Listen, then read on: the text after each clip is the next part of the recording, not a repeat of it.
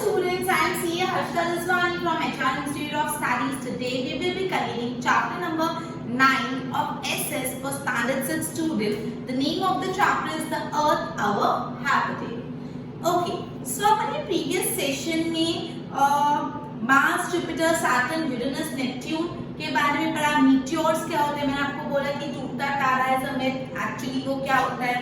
Constellation भी मैंने आपको बताया था, group of stars forming the pattern. Today our topic for discussion is location and shape of the earth. Students, आज अपना टॉपिक है location and shape of earth. So let us begin. Okay, सबसे पहले मुझे बताओ आपके हिसाब से अर्थ का शेप कैसा है.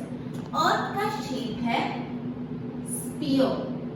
अर्थ के शेप का है स्फीयर, स्फेरिकल शेप का है. ठीक है, अर्थ स्फेरिकल शेप का है. ठीक है, अब एक्चुअली काफी एस्ट्रोनॉट्स ने मून पे जाके अर्थ की पिक्चर्स लिए मून से, जिससे हमको ये पता चलता है कि अर्थ का शेप स्फीयर है. क्योंकि अगर हम लोग एक विलेज में, एक सिटी में रहते हैं तो हम यहाँ पे खड़े खड़े देखते हैं तो अर्थ हमको थोड़ा स्फीयर दिखेगा. जैसे एक अर्थन पॉट है, ठीक है, अर्थन पॉट के छोटे छोटे टुकड़े आप देखोगे तो आप एक छोटा टुकड़ा देख के बोल सुन ना सकते हो कि छोटा सा टुकड़ा एक बड़े से गोले का पार्ट है. तो उसी तरह हम जहाँ पे रह रहे हैं उस एरिया से अर्थ को देख के हम नहीं बोल सकते वो स्फीयर है. इससे जब एस्ट्रोनॉट्स मून पे जाके अर्थ के फोटोग्राफ्स देखते हैं तब हमको मालूम चला कि अर्थ का शेप स्फीयर है. यही बात यहाँ पे बोलिए. देखो, we are living in a small village or city. The part of the earth we are able to is very small part of earth. हम कोई विलेज, हम कोई सिटी में रहते हैं और हम जितना हिस्सा अर्थ का देख पाते हो बहुत छोटा है. यहाँ से कितना अर्थ देख पाओगे, वो बहुत स्मॉल है. ठीक है, thus it cannot be seen that earth is spherical. इसलिए आप यहाँ पे खड़े खड़े मैं नहीं बोल सकती कि अर्थ स्फीयर है. मुझे तो नहीं लग रहा कि मैं इसको स्फीयर पे खड़ी हूँ. ठीक है, have you ever seen the broken earthen pot? आपको एग्जाम्पल टेक्स्ट बुक में किया कि कोई टूटा हुआ earthen pot देखा है. अगर आप एक छोटे से पीस को हाथ में लेते हो, जो टूटा हुआ earthen pot के छोटे से पीस को हाथ में लेते हो, you cannot imagine कि ये राउंड है. मतलब आप इमेजिन नहीं कर सकते वो छोटा पीस देखें. Thus, looking at a part of the earth does not tell that the whole earth is spherical. मतलब अगर आप अर्थ के हिस्से को देखोगे, उस हिस्से को देख के आप ये नहीं बोल सकते कि पूरा अर्थ स्फेरिकल है. But now with the help of photographs हम ये कंक्लूड कर सकते हैं कि अर्थ का शेप स्फीयर है. राइट? ओके, अब देखो, अर्थ राउंड नहीं है स्टूडेंट्स. अर्थ राउंड नहीं है, राउंड नहीं है. अर्थ स्फीयर शेप का है. मतलब अर्थ इज नॉट राउंड. इसका शेप ना कुछ ऑरेंज जैसा है. It is in the shape of orange. आपने बचपन में भी पढ़ा होगा अर्थ का शेप ऑरेंज जैसा है. ठीक है, अब ऑरेंज जैसा मतलब क्या है. अर्थ जो है ना, जो इसके पोल्स है, ये पोल्स थोड़ा फ्लैट है, स्लाइटली पोल से फ्लैट है. और जो सेंटर पार्ट है ना, जो इक्वेटर पार्ट है, वो थोड़ा बल्ज और फूला है, थोड़ा भार फूला है.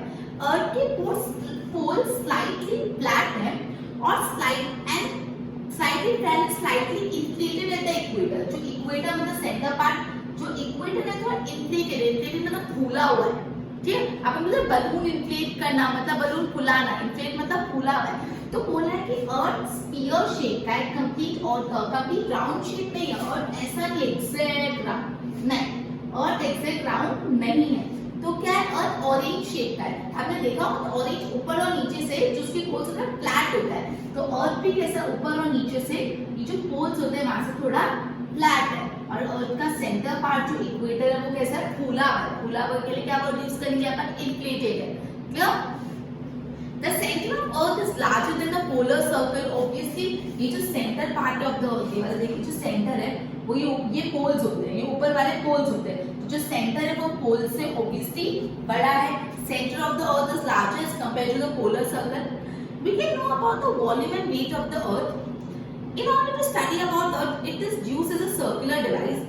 A map of the world is drawn on it. We can know the volume and weight of the Earth. In order to study about the Earth, it is used as a circular device.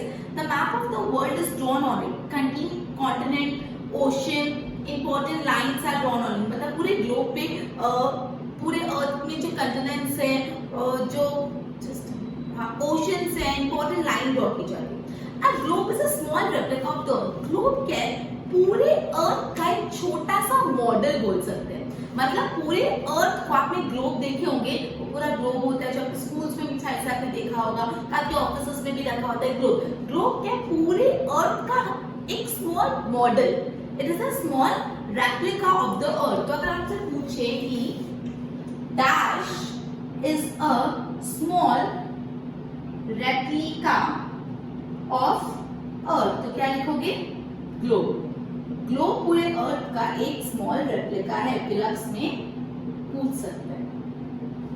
ठीक है, जैसे आपने देखा होगा कभी कोई new building construct होती है तो जो बिल्डिंग के ऑफिस उसमें ना आपको एक छोटा सा स्ट्रक्चर दिखाते हैं कि बिल्डिंग कैसी बनेगी, एक स्मॉल मॉडल रखा हुआ होता है बिल्डिंग कैसी बनेगी। तो ये स्मॉल मॉडल क्या है? पूरी बड़ी सी बिल्डिंग का एक स्मॉल रेप्लिका। उसी तरह ये जो ग्लोब है पूरे बड़े से अर्थ का स्मॉल रेप्लिका है, स्मॉल मॉडल है। क्लियर? चलो उसके बाद क्या बोला है? On the circles of the earth you can see north pole and south pole. ये आपको पता है ये जो ऊपर होता है ये नॉर्थ पोल होता है एंड नीचे होता है वो साउथ पोल होता है। ठीक है, with the help of globe it can be said that the earth is tilted towards one side। Globe की मदद से हमको ये पता चलता है अर्थ में थोड़ा एक साइड झुका हुआ है, tilted मतलब झुका हुआ है। क्लियर? सो अर्थ कैसा है? थोड़ा tilted है। हमको ग्लोब की मदद से ये पता चलता है कि अर्थ एक साइड थोड़ा झुका हुआ है, थोड़ा tilted है। क्लियर? तो ये हमने अर्थ के बारे में पढ़ा, पोल स्टार के बारे में पढ़ते हैं। एक बार इसको रिवाइज करवा देती हूँ। अर्थ के बारे में सबसे पहले अपन ने ये पढ़ा कि अर्थ का शेप स्फीयर है। उसके बाद अपन ने ये पढ़ा मून पे जाके एस्ट्रोनॉट्स हमारे लिए पिक्चर्स लेके आए जिससे हमको ये पता उन फोटोग्राफ से कि अर्थ का शेप स्फीयर है। जब हम यहाँ पे रह रहे हैं कोई सिटी में, कोई विलेज में, तो हम उस पर्टिकुलर पार्ट ऑफ द अर्थ को देख के नहीं पता लगा सकते कि अर्थ स्फीयर होगा। जैसे टूटा हुआ अर्थन पॉट के टूटे हुए हिस्से को देख के आप क्या पता लगा सकते हो कि टूटा हुआ हिस्सा एक गोल का बड़े सर्कुलर अर्थन पॉट का एक हिस्सा है नो। तो उसी तरह आप जहाँ रह रहे हो जितना पार्ट ऑफ द अर्थ आप देख पा रहे हो उससे आप नहीं पता लगा सकते कि अर्थ स्फीयर है, लेकिन एस्ट्रोनॉट्स जो फोटोग्राफ्स लाए हैं उनसे हमको ये पता लग चुका है कि अर्थ का शेप स्फीयर है। फिर एक बहुत इंपॉर्टेंट मैंने आपको बात बताई, अर्थ राउंड नहीं है स्टूडेंट्स, अर्थ का शेप ऑरेंज है। वो पोल से थोड़ा सा फ्लैटेंड है और जो सेंटर पार्ट है इक्वेटर थोड़ा इन्फ्लेटेड है, फूला है, और जो सेंटर है ऑब्वियसली पोल से थोड़ा बड़ा है। ये सब बातें बड़ी फिर हमने पढ़ा जो ग्लोब है पूरे अर्थ का क्या है? Small replica, small model. मैंने बिल्डिंग का एग्जांपल दिया कि पूरी बिल्डिंग का बड़ी सी बिल्डिंग का छोटा सा मॉडल रखा हुआ होता है ऑफिसेस में। ठीक है, ओके। फिर उसके बाद मैंने बोला north pole, south pole and earth एक साइड कैसा होता है? टिल्टेड। ग्लोब से हमको पता चलता है कि अर्थ एक साइड झुका होता है, टिल्टेड। चलो अब हम नेक्स्ट टॉपिक पढ़ते हैं पोल स्टार के बारे में। Just a minute. नेक्स्ट जो टॉपिक है वो पोल स्टार।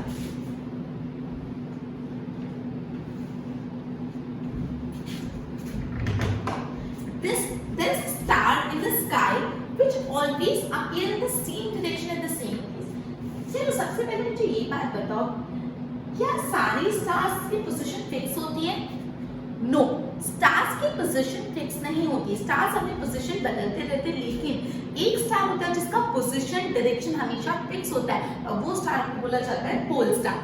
ठीक है, एक स्टार होता है स्काई में जो हमेशा सेम जगह, सेम डायरेक्शन में, सेम प्लेस पे आपको दिखता है। Then how to recognise the star? The polar star can easily be detected with the help of constellation Saptarishi. मैं आपको बता रही हूँ जो पोल स्टार है, पोल स्टार की पोजीशन फिक्स होती है, वहां पे होता है वही डायरेक्शन में, लेकिन आपको कैसे पता चलेगा इतने स्टार में पोल स्टार कौन सा है? तो अगर आपको पोल स्टार की लोकेशन चाहिए तो आपको कंस्टेलेशन मदद करेगा, जिस कंस्टेलेशन का नाम है सप्तऋषि।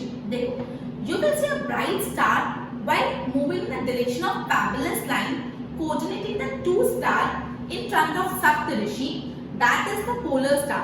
मतलब बोला जो सप्तऋषि कंस्टेलेशन को अगर आप देखोगे, so you will see a bright star while moving in the direction of fabulous line connecting two stars in front of Saptarishi। सप्तऋषि के जो आगे के दो स्टार्स को कनेक्ट करती हुई लाइन है, वो दो लाइन के जब आप आगे देखोगे तो एक चमकता हुआ स्टार दिखेगा, वो स्टार है पोल स्टार। तो ये बात याद रखना कि आप पोल स्टार की लोकेशन कौन से कॉन्स्टेलेशन की मदद से पता लगा सकते हो? सप्तऋषि। ये पर्टिकुलर पॉइंट बहुत इंपॉर्टेंट है कि पोल स्टार कहाँ पे है, उसका पोजीशन पता लगाने के लिए कौन सी कंस्टेलेशन यूजफुल है?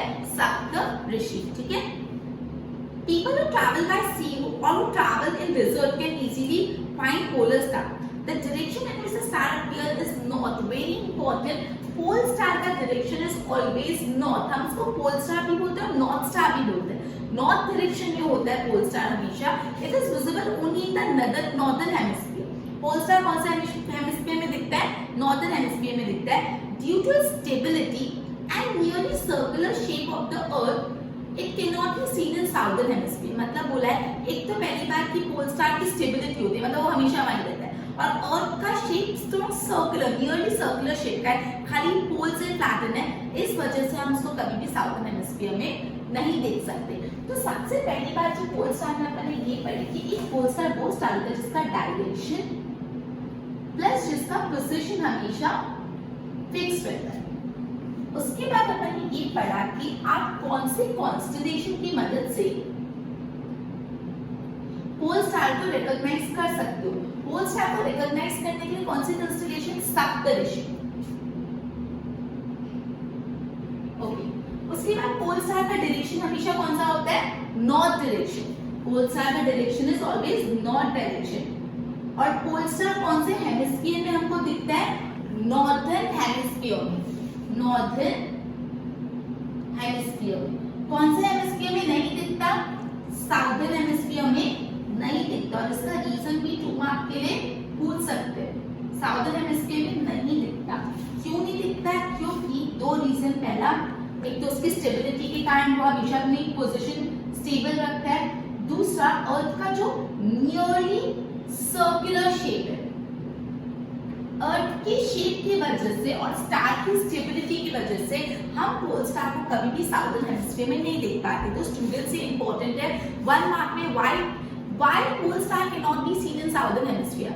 Due to its stability and due to the nearly circular shape of the earth. Earth के circular shape के कारण nearly circular, because exact circle नहीं. पोल से फ्लैट है तो exact circular लिखोगे तो गलत होगा. nearly circular shape. Clear? तो ये मैंने पोल स्टार के बारे में पढ़ा. Okay. Next topic है latitudes and longitudes.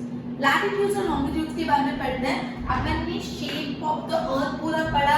Pole star जिसमें सप्तऋषि कंस्टेलेशन का नाम मेंशन करना बहुत इंपॉर्टेंट है whenever you write about pole star. अब अपन पढ़ते हैं latitudes and longitudes. Latitudes and longitudes. There are vertical and horizontal imaginary line on the earth surface. देखो सपोज अर्थ सरफेस है. अर्थ सरफेस पे यहाँ पे इक्वेटर और ना ऐसे इमेजिनरी लाइंस है. ये कैसी लाइन है? Horizontal imaginary line. Sleeping line को हॉरिजॉन्टल बोला जाता है और ये वर्टिकल लाइन. स्टैंडिंग लाइन को क्या बोला जाता है? Vertical line. अब लाइन क्या एक्चुअली अर्थ में नहीं. ये कैसी लाइन है? इमेजिनरी लाइन है. कैसी लाइन है? Imaginary lines. एक्चुअली ऐसी कोई अर्थ पे लाइंस नहीं है, जस्ट इमेजिनरी लाइंस है. With the help of this imaginary line का क्या काम? क्यों बनाते हैं? ये इमेजिनरी लाइन से आप कोई भी जगह का टाइम और लोकेशन जान सकते हो. आपको कोई भी जगह का टाइम और लोकेशन जानना है तो इमेजिनरी लाइन यूजफुल है. So with the help of this imaginary line exact time and location can be known. तो ये ध्यान रखना, इमेजिनरी लाइन क्या काम करती है?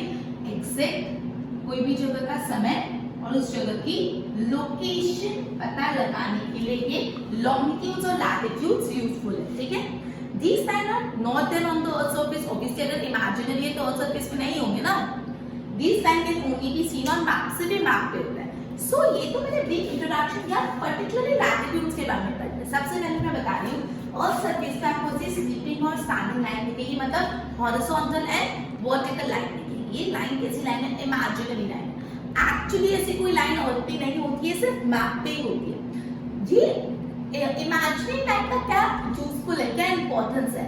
ये लैटिट्यूड्स और लॉन्गिट्यूड्स या हॉरिजॉन्टल और वर्टिकल लाइन से अपन को कोई भी जगह की एग्जैक्ट पोजीशन और एग्जैक्ट लोकेशन और टाइम पता लगा सकते हैं. सबसे पहले अपन पढ़ते हैं लैटिट्यूड्स. तो the horizontal imaginary line drawn on the earth surface को लैटिट्यूड. हॉरिजॉन्टल मतलब ये स्लीपिंग लाइन. ये जो हॉरिजॉन्टल लाइंस होती है ना, ये जो हॉरिजॉन्टल लाइंस होती है अर्थ सरफेस को, उसको बोलते हैं लैटिट्यूड्स. ध्यान रखना है, इसमें कंफ्यूजन होने के high chances. Horizontal line latitude, vertical line longitude. आगे लॉन्गिट्यूड पढ़ते हैं, एक बार लैटिट्यूड पे फोकस करो. जो हॉरिजॉन्टल स्लीपिंग लाइन होती है उसको बोलते हैं, ठीक है। Many point on the surface of the earth is connected with the straight line to the centre of the earth, the line became latitude. Okay, अब students important, total number of latitudes कितने होते हैं? 181। ये बात बहुत अच्छे से याद रखना, टोटल नंबर ऑफ लैटिट्यूड्स होते हैं 181, टोटल 181 लैटिट्यूड्स होते हैं, क्लियर। तो लैटिट्यूड अपन पढ़ते हैं, लैटिट्यूड क्या होता है? लैटिट्यूड होता है हॉरिजॉन्टल लाइन, जो हॉरिजॉन्टल लाइन आपको दिखती है, जो स्लीपिंग लाइन, वो होते हैं लैटिट्यूड्स। और टोटल कितने लैटिट्यूड्स होते हैं? 181 लैटिट्यूड्स, ठीक है। अब लॉन्गिट्यूड्स क्या होते हैं? जो वर्टिकल लाइंस होती है, वर्टिकल लाइंस, उनको बोलते हैं लॉन्गिट्यूड्स। एंड टोटल कितने लॉन्गिट्यूड्स होते हैं? 360।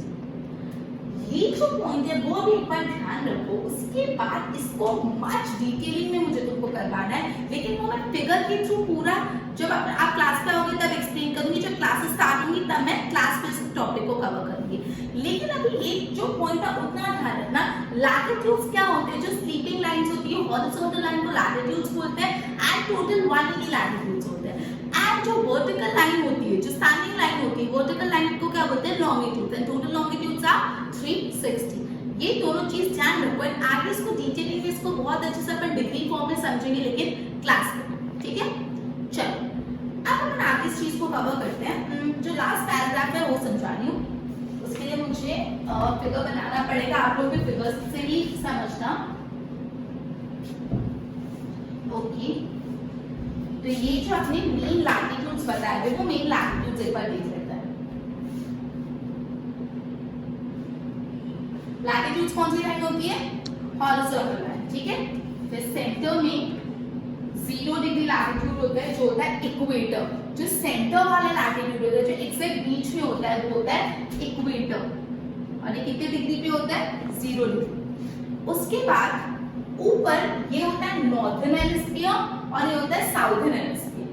नॉर्दर्न हेमिस्फीयर में यहाँ पे लैटिट्यूड होता है, जो होता है Tropic of Cancer, Tropic of Cancer, clear? Tropic of Cancer, okay. Tropic of Cancer कौन से पे होता है? 23.5 degree northern latitude. Northern latitude लिखेंगे बिकॉज ऊपर है 23.5 डिग्री।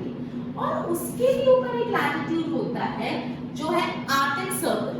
क्या है? Arctic circle. और इसका कितना डिग्री है?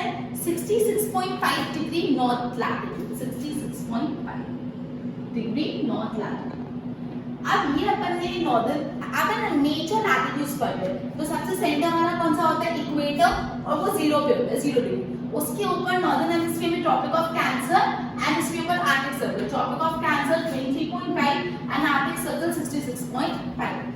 नीचे आ जाता है Tropic of Capricorn, Tropic of Capricorn. तो यहाँ पे आ जाता है ट्रॉपिक ऑफ कैप्रिकॉर्न।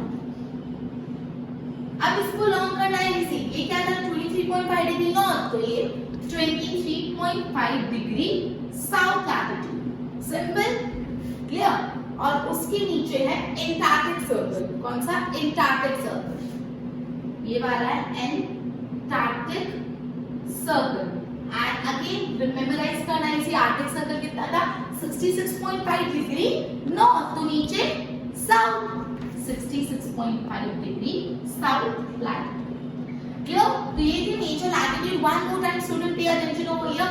सेंटर में जो लैटिट्यूड होता है वो होता है equator. Centre always equator and it is a 0 degree latitude. ये ऊपर का नॉर्दर्न हेमिस्फीयर, नीचे वाला सदर्न हेमिस्फीयर। नॉर्दर्न हेमिस्फीयर में दो मेजर लैटिट्यूड्स है, एक ट्रॉपिक ऑफ कैंसर, दूसरा Arctic Circle. Tropic of Cancer 23.5 degree पे है और आर्कटिक सर्कल 66.5 डिग्री नॉर्थ, दोनों नॉर्थ। एंड सदर्न हेमिस्फीयर में ट्रॉपिक ऑफ कैप्रिकॉर्न है and Antarctic Circle. Tropic of Capricorn 23.5 south और 66.5 साउथ, ठीक है। अब ये चीज को कैसे लिखा हुआ है वो पढ़ते हैं, चलो। Notice that there is a horizontal line drawn in the center of the Earth's surface. It is equator. Notice कि यहाँ पे सेंटर में horizontal line draw किए जो है equator. Clear? Equator divides the Earth into two equal parts. कोई भी चीज के सेंटर में कुछ ड्रॉ कर लोगे तो दो इक्वल पार्ट में वो बच जाएगा। तो इक्वेटर जैसे हम सेंटर में ड्रॉ करें तो पूरा, और दो बच जाएगा। जो पोर्शन इक्वेटर के अबाव है that is northern hemisphere, upon already discuss कर चुके हैं। ये जो इक्वेटर है इसके ऊपर का पार्ट, इक्वेटर के above part is northern hemisphere and the portion towards the south of equator, और इक्वेटर के साउथ पार्ट को बोलते हैं साउदर्न हेमिस्फीयर। सिंपल। दस latitudes in northern hemisphere called northern latitudes. Northern hemisphere में जो भी लैटिट्यूड्स होते हैं वो उनको क्या बोलते हैं? Northern latitudes. एंड जो साउदर्न हेमिस्फीयर में होते हैं उसको बोलते हैं साउदर्न लैटिट्यूड्स। तो अभी तक तो बस इतना ही लिखा है कि सेंटर में जो हॉरिजॉन्टल लाइन है वो इक्वेटर है। इक्वेटर अर्थ को दो इक्वल हिस्सों में बांटता है, northern hemisphere, southern hemisphere. Equator के अबाव वाले जो भी पार्ट है उसको नॉर्दर्न हेमिस्फीयर, इक्वेटर के साउथ वाले पार्ट को साउदर्न हेमिस्फीयर। जो लैटिट्यूड्स नॉर्दर्न हेमिस्फीयर में होते हैं उनको नॉर्दर्न लैटिट्यूड्स बोला जाता है, और जो लैटिट्यूड साउदर्न हेमिस्फीयर में होते हैं उनको साउदर्न लैटिट्यूड्स बोला जाता है। अब देखो 23.5 degree north latitude in the northern hemisphere is tropic of Cancer. 23.5 north latitude में टॉपिक ऑफ कैंसर अपन ऑलरेडी डिस्कस कर चुके हैं। एंड 23.5 डिग्री साउदर्न हेमिस्फीयर में कौन सा है? Tropic of Capricorn.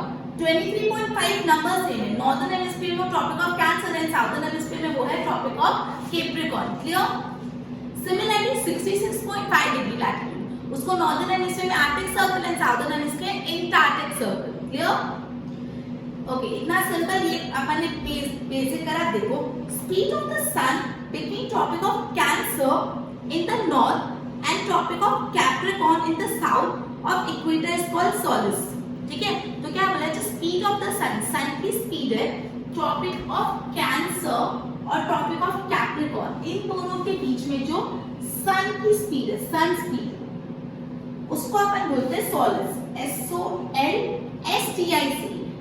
Text book में S के बदले C है, C को कट करके S लिख दो, सोलिस। ठीक है, Therefore the circle between these are called solids. इसलिए इन दोनों के बीच के जो सर्कल्स होते हैं उनको solids बोला जाता है। Clear? It takes 6 months for the speed of the sun. Earth is tilted in a corner of 23.5 degree.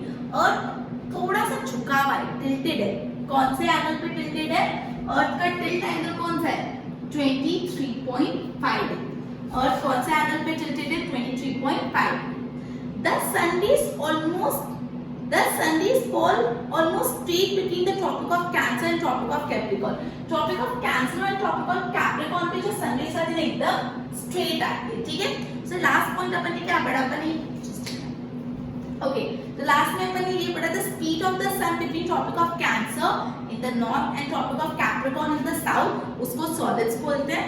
इसलिए जो circles होते हैं tropic of Cancer और tropic of Capricorn के बीच में उसको क्या बोलते हैं? Solids। Clear? It takes 6 months for the speed of the sun. 6 महीने लगते हैं for the speed of the sun. And Earth is tilted in a corner. और कौन से corner पे tilted है? 23.5 डिग्री पे. And therefore sun rays जो है ना tropic of Cancer and tropic of Capricorn पे straight आती है। ठीक है? Okay. Okay, तो अपना next topic GPS है। वो next topic अपन next lecture में लेंगे। Before that अपन ने आज क्या करा? Just a minute. अपन ने शेप ऑफ द अर्थ का कंसेप्ट पूरा देखा, पोल स्टार का कंसेप्ट पूरा देखा, आफ्टर द लैटिट्यूड्स लॉन्गिट्यूड्स का बेसिक इंट्रोडक्शन दिया मैंने आपको, एंड जो मेजर लैटिट्यूड्स है वो अपन ने पढ़े। क्लियर? तो मैं 5 क्वेश्चन पूछती थी फटाफट and with this will be ending. चलो, first question, dash is a small replica of the earth. Dash is a small replica of the earth and your time ends in 3 2 1 and yes students, the answer is globe. Globe is a small replica of the earth. Okay, second question, with the help of which constellation you can locate the position of the pole star? With the help of which constellation you can locate the position of pole star? And your time ends in 3 2 1 and yes, I hope all of you have given correct answer. It is Saptarishi. Very good. Next. Okay,